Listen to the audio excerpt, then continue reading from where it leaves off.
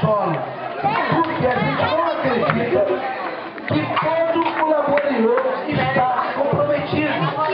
Porque simplesmente eles chegaram e fizeram o quê? Está condenado, está condenado, está condenado, está condenado.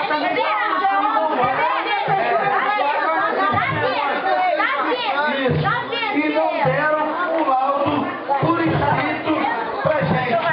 Um laudo técnico por escrito. O que a gente vai fazer ainda? Vai chamar um outro geólogo, um outro técnico, para que faça uma leitura que o geólogo da prefeitura fez. Na verdade, a gente não vai simplesmente pegar o que eles deram e engolir.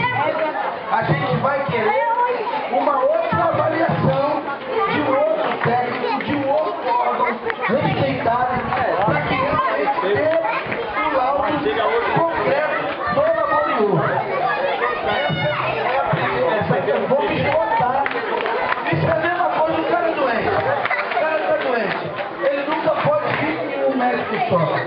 Ele tem que ouvir umas duas opiniões diferentes, para ele tirar uma conclusão. Nós pedimos que a prefeitura mostre para a gente qual é a pretensão dela realmente com o laboratório. E a gente sabe o que é. Eles querem tirar o laboratório. A verdade é essa. A gente pediu também que o poder público respeite o tempo de uma avaliação mais profunda do estudo do solo e não inicie uma definição autoritária e ditadora.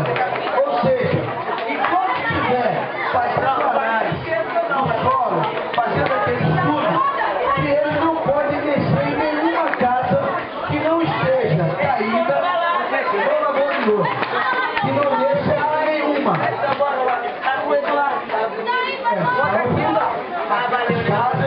Realmente as pessoas precisam, eu vou falar também. Foi também a proposta do comissionador.